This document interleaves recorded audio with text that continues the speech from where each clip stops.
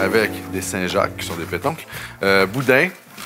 Et là, si vous n'aimez pas le boudin, vous pourriez remplacer par de la saucisse. Par quoi d'autre qu'on pourrait remplacer de la saucisse? Marie, as-tu d'autres idées? Ben même, on pourrait se mettre un porc haché ou un veau haché. Un veau haché, des petites boulettes de Ben veau oui, haché, des ça petites pourrait être boulettes, drôle. Ben oui. Tu sais, c'est juste de mettre une viande, mais c'est facultatif. Vous pourriez faire la recette qu'on fait là seulement qu'avec des fruits de mer. Mais là, on voulait faire un genre de... pas surf and turf, mais mélanger un peu les deux. Ce que je fais, là, j'ai du super boudin. Le boudin, il faut comprendre hein, que c'est déjà cuit. Les gens, on oublie ça des fois. Parce que ce qu'on veut, c'est le dorer un petit peu. Mais on veut pas trop le cuire, parce qu'on veut pas qu'il se défasse. Là, je vais faire des tronçons comme ça que je vais installer dans le poêlon qui est en train de chauffer avec du beurre. Là, je mets ça ici. Oui, c'est beau, ça. Et là-dedans, je vais aussi mettre des pétoncles. C'est-tu toi qui les as? Oui, je suis en train de retirer. Je te les apporte. Qu'est-ce que tu retires? Je suis en train de retirer. Non, mais montre-les petit... parce que c'est important de l'enlever. Le petit muscle. Sur le pétoncle, ici, on a toujours un petit muscle sur le côté. Je sais pas si on le voit bien là. Le petit muscle qui est ici, on essaie toujours de l'enlever. Comme ça. Parce que c'est un peu caoutchouteux. Donc, en l'enlevant, on retire ça. Puis bon, fini.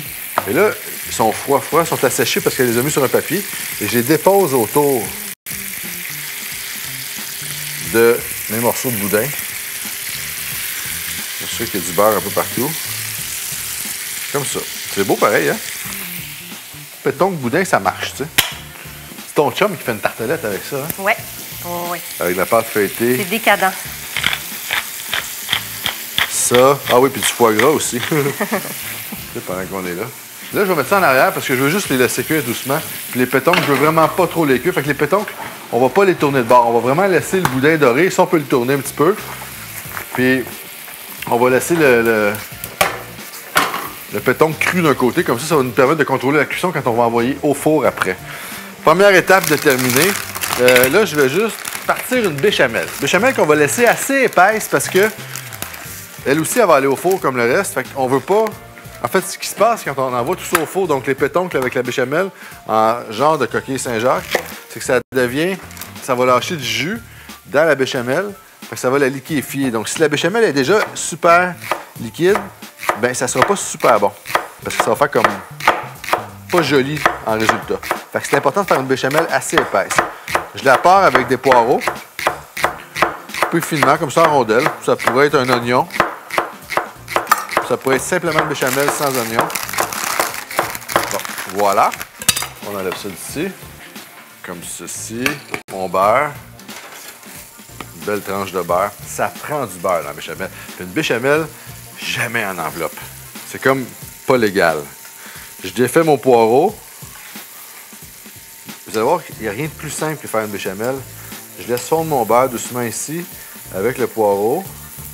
J'ai de la farine, j'ai du lait, j'ai de la crème fraîche, je te dis? Crème fraîche, oui. Puis là, je sors des sentiers battus parce que moi, de la béchamel, je mets de l'ail. Mais ça, c'est moi. Fait il n'est pas marqué de l'ail dans la recette. Mais si jamais vous vous sentez un peu fou, vous mettez une gousse d'ail. Ça, c'est une déformation professionnelle. J'adore l'ail. Donc là, regardez, le beurre, il mousse, il est fondu. La petite gousse d'ail, elle s'en va là. Je vais fariner tout ça. Comme ça. C'est genre 2 cuillères à soupe de farine. Fouet. Fait que là, ça colle la farine sur le poireau.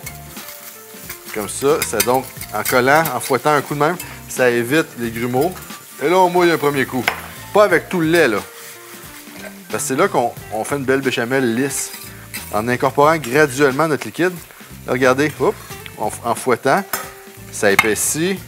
Première, deuxième shot de lait. Puis là, Marie-Ève, elle a râpé du fromage. D'habitude, elle fait toujours l'inverse. Elle me laisse le fromage à râper. Mais là, elle l'a fait. Coquine. Là, c'est l'exercice faire une béchamel, par exemple. Mais c'est tellement meilleur quand on la fait comme ça, là. Là, je laisse ça chauffer. Là, regardez. Fait que j'avais pas beaucoup de lait. J'avais comme même pas 2 tasses. J'ai bien fouetté. Fait que ça évite les grumeaux. Puis le poireau, il va pas trop cuire, il va être juste parfait. Voyez-vous qu'elle est épaisse. C'est là qu'on peut jouer sur les textures avec la béchamel. C'est là que c'est bon. Important d'assaisonner à chaque étape. Et là, on a un ramequin. Poivre. Petit ramequin ici. Ça, c'est parfait, là. Ça est assez épaisse. Puis...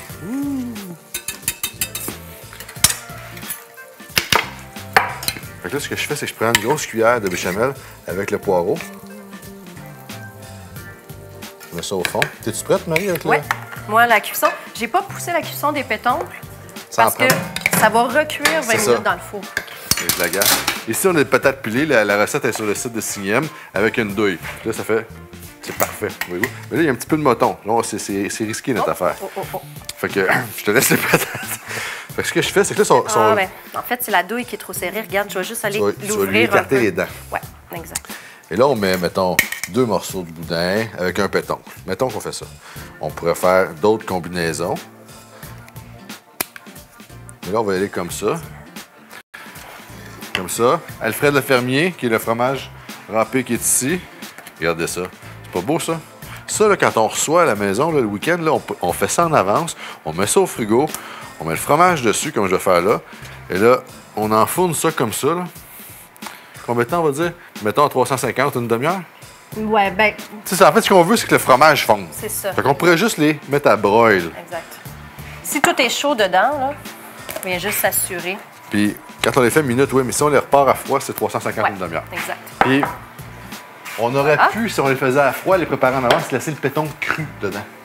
Fou de même. Et là, que c'est magnifique. Évidemment, le fromage a fondu. On voit plus ce qui se passe en dessous. Mais c'est quand on commence à le manger que tout prend du sens. Donc, ça, c'est très bon.